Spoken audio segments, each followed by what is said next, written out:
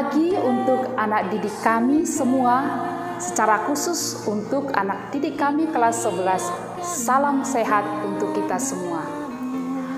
Pada hari ini kita akan belajar tentang gereja sebagai umat Allah dan persekutuan terbuka. Gereja sebagai umat Allah dan persekutuan terbuka. Ada dua kalimat, gereja dan persekutuan itu terbuka. Ada dua arti kata gereja.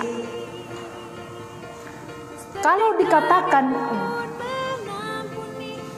gereja,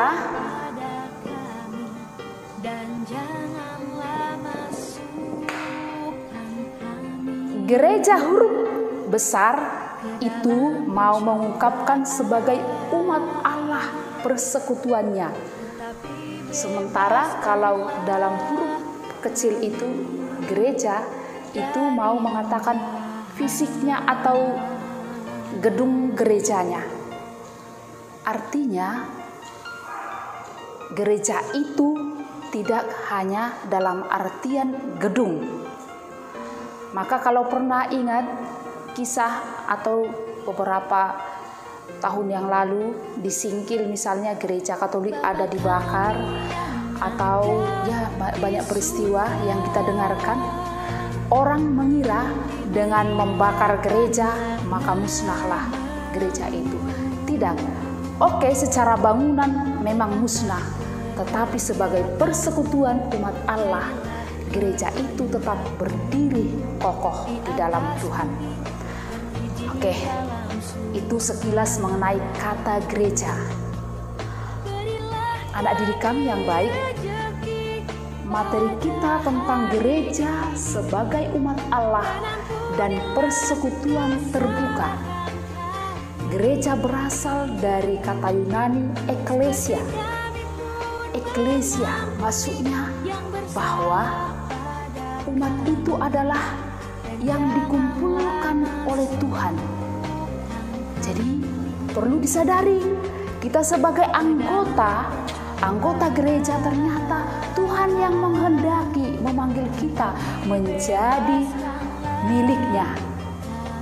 Nah, kalau begitu, gereja sebagai umat Allah itu harus menyadari bahwa yang diikutinya adalah Yesus Kristus. Kalau saya anggota gereja berarti saya harus makin mencintai, makin mengenal Yesus Kristus. Siapa dia? Dari mana kita tahu siapa Yesus itu? Dari kitab suci, maka rajinlah membaca kitab suci. Dari gereja kita masing-masing, maka rajinlah beribadah. Jangan hanya keluyuran. Harapannya kalau kita semakin mengenal Yesus, kita semakin mencintai. Bagaimana aku mencintai kalau mengenal saja tidak?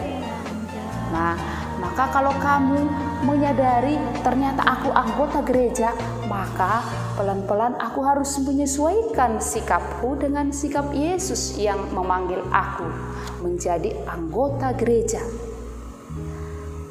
Kalau demikian, ini apa makna dan hakikat gereja itu perlu disadari. Aku sebagai anggota gereja mengikuti Yesus. Yesus Kristus sebagai kepala gereja. Dan kita menjadi anggota-anggotanya. Maka kita semuanya seharusnya anggota gereja itu harus digerakkan oleh Yesus Kristus. Yesus Kristus kan yang Maha Pengasih. Maka saya sebagai anggota gereja juga harus mengasihi sesama. Aku anggota gereja yang kuikuti Yesus Kristus. Yesus Kristus kan pengampun, maka saya juga harus mengampuni.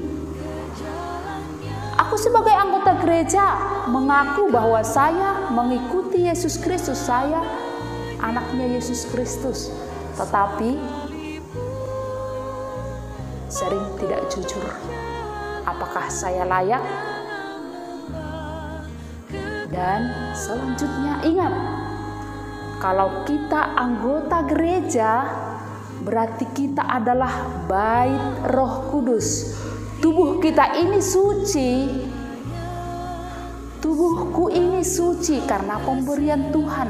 Roh Kudus, karena kita sudah menjadi anggota gereja, kan Tuhan mencurahkan Roh Kudusnya kepada kita masing-masing. Maka kita ini bait Allah, bait Roh Kudus. Sejauh mana kamu menjaga bait Roh Kudus ini? Atau kamu mengotorinya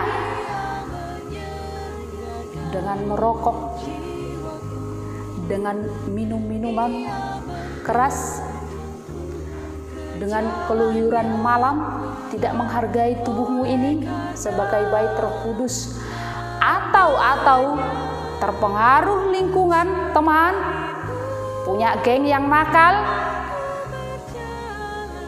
menjual tubuhmu, mengotori tubuhmu.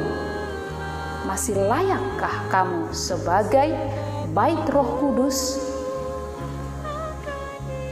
Dijawab dalam hati masing-masing. Kalau ternyata aku sebagai anggota gereja ini sudah melenceng dari situ, sekarang kembali ke jalan yang benar. Sadari, aku dipanggil oleh Tuhan untuk percaya kepada Dia, maka saya harus meniru Yesus itu. Maka saya benar-benar sebagai anggota gereja. Itu satu. Menurut ajaran kitab suci, gereja itu bagaikan tubuh, banyak anggota tetapi satu tubuh. Saling melengkapi. Ada kepala, ada mata, hidung, tangan, kaki, macam-macam. Masing-masing itu sesuai dengan fungsinya. Begitu juga dalam gereja. Gereja kita bermacam-macam. Ada pastor, ada suster, ada paus, ada umat Allah. Umat Allah pun bermacam-macam pekerjaannya. Harapannya dengan semua panggilan yang kita terima masing-masing, kita menyesuaikan semangat atau seperti hati Yesus. Kalau aku bekerja yang baik. Kalau aku masih anak sekolah, sekolah yang baik, yang jujur, tidak neko-neko, melawan orang tua, membohongi orang tua, ikut kelompok-kelompok yang tidak baik, bahkan mengotori dirinya. Itu perlu disadari. Yang kedua, gereja itu adalah gereja yang terbuka tadi. Ternyata bukan hanya kumpulan saja. Ingat ini, gereja sebagai umat Allah dan persekutuan terbuka. Kamu baik di gereja, rajin berdoa, mau memaafkan, kebaikan-kebaikan sesuai dengan atau menyesuaikan dengan sikap Yesus. Tetapi perlu juga berbagi kebaikan itu di luar dari pintu gereja. Maka sekarang kan banyak usaha-usaha yang dibuat oleh gereja, berdialog dengan agama lain, belajar memahami budaya setempat. Kenapa? Karena Yesus juga mengajarkan melalui para rasul. Mereka pergi keluar kota, bahwa semua manusia itu adalah ciptaan Allah yang mulia. Kalau demikian, kita harus mencintai siapapun dia. Kita harus terbuka, biarpun dia agama Muslim atau budaya apa, kita harus terbuka, mencintai, supaya dengan mencintai itu orang semakin percaya bahwa Allah itu Allah yang baik. Adik-adikku yang baik, saya yakin kamu juga mempunyai pengalaman bagaimana belajar menerima perbedaan. Berbeda itu indah. Kalau pernah lihat rangkaian bunga di gereja dengan bermacam-macam yang disusun, bunga itu menjadi indah. Hidup kita selalu dihadapkan dengan perbedaan. Perbedaan jangan menjadi tembok pemisah untuk kita mencintai. Tetapi ingat, cinta kepada Allah merobohkan tembok pemisah itu. Artinya, dengan kita mencintai Allah, kita mencintai sesama, kita mencintai perbedaan-perbedaan.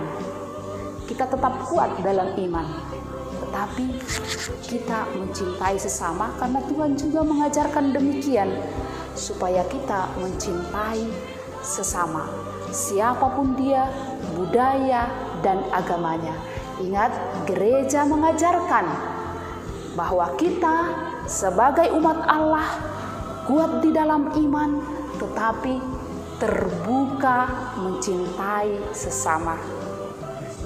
Terima kasih.